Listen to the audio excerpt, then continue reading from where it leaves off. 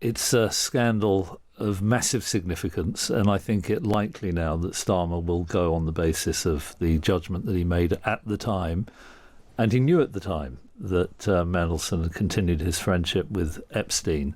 I'm Hugo Rifkind, and now we're going to be unpacking the politics of the day, from Keir Starmer fighting for his political future to why Peter Mandelson might just make the perfect president of FIFA, and also perhaps why wearing a tie can make you look younger. And joining me to unpack all of that, no ties required, are Sarah Dighton. Hello, Sarah. Hello. How are you? I can't see you, but are you wearing a tie? Oh, can you not see me? You should. I'm sure you can see me. It's just how the screens work. Listeners don't care about this. Beautiful. Yeah. I came back from 4 days in Paris yesterday, so I came back into a complete deluge of news. I think I left when it was still sort of sleepy tail end of January, not much happening, and walked back into just news-ageddon. Well, welcome back to the madhouse. And I'm also joined by Matthew Syed, who hasn't put on a tie either. I've not put on a tie. I very rarely wear a tie. Yeah, I do own ties. I very rarely wear a shirt. That makes it sound like I'm naked. I'm not. Let's move on. Obviously, we need to talk about everything that is going on with Keir Starmer, with his woes over Peter Mandelson. He has, as we speak, he was speaking this morning in Hastings. He made a sort of rousing condemnation of Peter Mandelson at the beginning of his speech, which was, of course, intended to be at something else. The atmosphere in Westminster yesterday was certainly something else. There was an audible intake of breath when the Prime Minister admitted he had known that Mandelson and Epstein remained friends when he was appointed ambassador. Speaking to Times Radio, the Labour Community Secretary Steve Reid gave a defence for the Prime Minister and his Chief of Staff. Everyone regrets the appointment of Peter Mandelson, but the appointment was made because he lied. It was a rational appointment, given Mandelson's experience. So Morgan McSweeney shouldn't resign. He shouldn't resign. But given what we know now, of course, that appointment should not have been made. Should Morgan McSweeney resign, is the question. Well, you shouldn't have to resign from your job because somebody lies to you, no. The mood on the Labour backbenchers is, though, furious. Here's the Labour MP Carl Turner speaking to Times Radio earlier. Look, I've got to be honest with you. I think if McSweeney continues in number 10 Downing Street, I think the PM is up against it in a way that he doesn't need to be. And finally, Keir Starmer has been speaking just moments ago where he made this apology to Epstein's victims. I am sorry. Sorry for what was done to you. Sorry that so many people with power failed you. Sorry for having believed Mandelson's lies and appointed him. And sorry that even now you're forced to watch this story unfold in public once again. So the position of the Prime Minister is pretty much that this was a rational appointment at the time, but stuff has come out that he didn't know because Peter Mandelson lied about it, and that's what all went wrong. Matthew, does that hold water? Well, I think it's a scandal of massive significance, and I think it likely now that Starmer will go on the basis of the judgment that he made at the time, and he knew at the time that Mandelson had continued his friendship with Epstein.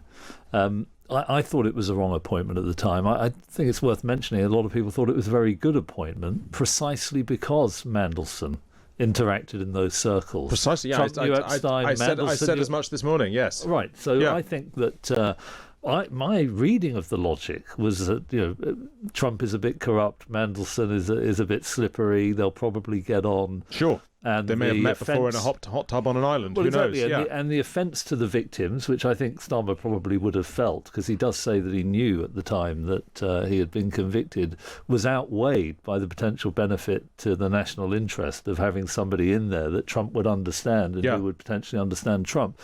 What I think is potentially obscured here is what we now know that Starmer did not know, that is completely and utterly damning of Mandelson. Mm-hmm. It is to me quite extraordinary that a cabinet minister was sending on market-sensitive information to somebody involved in financial trading and at the same time or earlier receiving money to himself and to his then boyfriend, now husband, receiving luxuries and holidays, getting access to social networks. And I'm sorry to say this, Hugo, that aspect of it, this quid pro quo corruption, which is graphic and very vivid in the case of Mandelson, I'm sorry to say, to a large extent defines Western liberal democracies. The revolving door. regulatory capture. This is happening all the time, and who knows what other people Mandelson was dealing with, other people that Mandelson was dealing with. I mean, this network was so cosy and contrived. So yes, look, Starmer's a massive issue. He's a prime minister, but he's a fleeting prime minister. Johnson was a fleeting prime minister. Truss was a fleet. The problem with Western democracies is that this is endemic throughout the Western world. So I think you're absolutely right. But Sarah, I'm interested from you because I mean the argument I made earlier today, which I still sort of, I mean things have changed in 45 minutes, but I still believe is that when Mandelson was appointed, we didn't know about all that stuff. But almost if we had, we thought at that point we were living in a post-shame society. We were looking at what was happening in America, looking at what was happening in the White House, and we're thinking the villains are rising to the top, and look, we've got one here. Wouldn't it be perfect to send him? Do you know what I mean, Sarah? I do know exactly what you mean, and I have a feeling that the last time I was on the show we were talking about Mandelson, and I said something about how, there are benefits to having... I think he'd started attacking Starmer from the outside after his resignation, and I said something about how there are advantages to having a snake on the side, but you don't want someone acting like a freelance snake.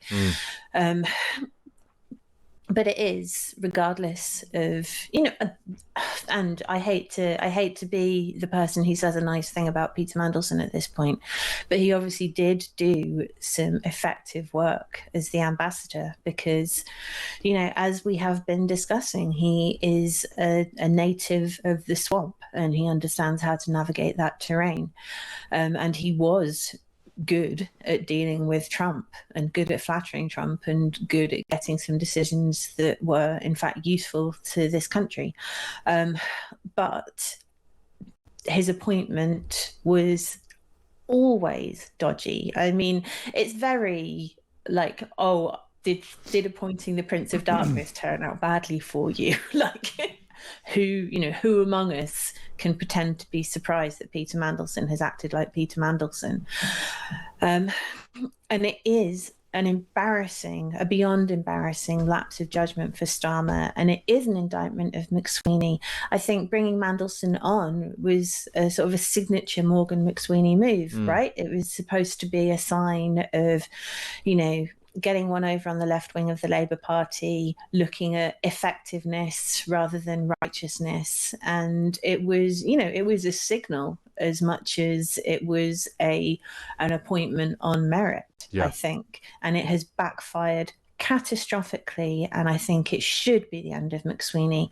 And even if it is the end of McSweeney, that isn't going to protect Starmer from it, because we are back in deep sleaze. Deep sleaze, Always so damaging to governments. Matthew, you've been writing in the Times about Peter Mandelson, and you have an idea for a comeback, a job he would be perfect for, which is the president of FIFA.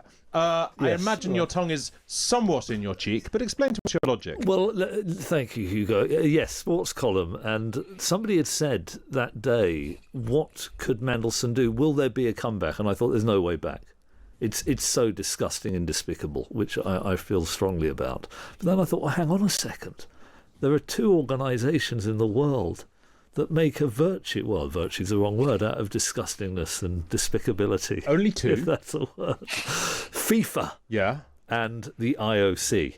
Really? And Mandelson, it's interesting this, the IOC in the bidding for the Salt Lake City Winter Olympics, there were so many gifts and bungs being given to the delegates from the bidding cities that they actually had to set up a parcel post office at the Hyatt Regency Hotel so they could send the loot home. And for the 2018 Russia World Cup, this is FIFA now, and then 2022 in Qatar, the FBI had to arrest half the people on the FIFA executive committee because they were taking bribes. And it's interesting that England bid for one of those World Cups, and we got involved in some of the corruption. We were giving friendly matches to countries because we wanted the people who ran those countries to get a benefit. We're giving handbags but the corruption, we just weren't good enough at the corruption. And so you have kind of making light of what I think is a disgraceful set of actions from Mandelson. But you can imagine if Mandelson had run that, he would have given Qatar and Russia. But I'm sorry, but this is the point we were making before. Isn't this literally why we sent him to Washington? Yes, exactly. The Oval Office is another institution with the meme coins and the tariffs and the Rolex watches and the gold clocks. So that exactly, you're right. I mean, Sarah put it well. There is a swamp. And if you want somebody to navigate the swamp, then Mandelson could well be your person. What do we think about this, Sarah? Do we want to sort of deploy our monsters in the right sort of way? Maybe he could be a showbiz PR. That would work.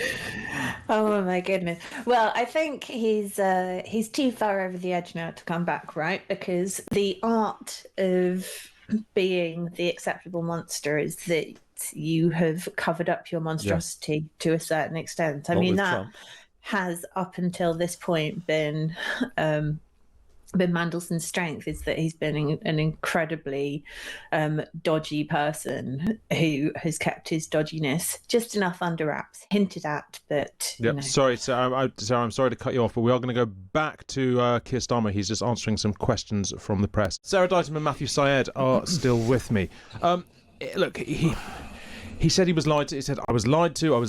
There was some self-awareness there. He said tomorrow's front pages are unlikely to be about the Pride of Place project, which is, of course, quite true. But in a way, Matthew, was that was like the sort of the template political apology, in that he's very, very sorry, but he's also saying he did nothing wrong. Yeah, I don't think it's going to convince anybody. There was a round of applause, but there's obviously some Labour supporters in the audience there alongside the press. I'd be surprised if it was Robert Peston and Beth Rigby, but you never know. Wouldn't that be interesting? The press were getting involved there and giving him away. But I think this is, in a weird way, much bigger than Starmer, much bigger than Mandelson. Look at the corruption across Western societies. There's something called the Transparency Index that rates countries according to subjective surveys of people. And we in Western democracies tend to do quite well on it. But the reason is that the people who are answering the questions are prompted to think about corruption as brown paper envelopes and money wired into a Swiss bank account of the kind that you often have had in developing countries. What we have is completely different. It's VIP lanes during COVID, it's knighthoods for donors, it's a revolving door, it's regulatory capture. This is fundamentally changing the operation of capitalism because it's permitting the companies with access to get monopoly power, regulations that fix them in the market. And that's changing the dynamism of capitalism. The big companies are staying in the main indices longer. Bankruptcy is good for consumers because it shows that competition is working. We have this massive mystery, which is how is it during the computational age and Moore's law, productivity has stagnated. This is a very big explanation. And I think if the Mandelson affair is going to do anything, it's an opportunity for us, for a factory reset of our politics. The public funding of political parties changes to the way that knighthoods, the House of Lords, this entire infrastructure of corruption. And yet you do sort of often get the sense that everybody who wants to tear it down is perhaps even dirtier than the people who are currently in it. So that's always kind of a sort of eternal problem. Sarah, but you could make it more transparent, couldn't you? You could. I mean, surely there's some rational changes that could make our politics much cleaner and better for the public. I mean, there's a fundamental... Look, Sarah, Starmer's line there, basically saying, I was lied to. There's no way I could have known he was lying. That... I guess that works on some level, but then when if you're going to say, well, I took him at face value and I couldn't have done anything else, and you're the former DPP, that's a bit weird, isn't it? Yeah, there isn't really a good line that he can take, is there? Because either he's exculpating himself on the basis that he was intensely gullible, or he is so cynical that he was happy to go along with someone who was a known associate of a sex offender and an industrial level abuser of young women. And as you say, the fact that Starmer comes from the DPP background, the fact that his image has always been so much about probity, and he has leaned so hard on his probity, and to be fair, it's been something that he's been under attack for from the very beginning. I don't if we can flash back to the early days of this administration when there were scandals about his receipt of clothing and gifts and the corruption inherent in that. I think he's always had a fairly tenuous grasp on that part of his image, but nonetheless, it is the thing that he's got. It's the thing that he, rests his public profile on. And I don't think it is remotely compatible with finding a way out of this crisis. The only way that he can come out from this looking quote unquote clean is by looking also impotent.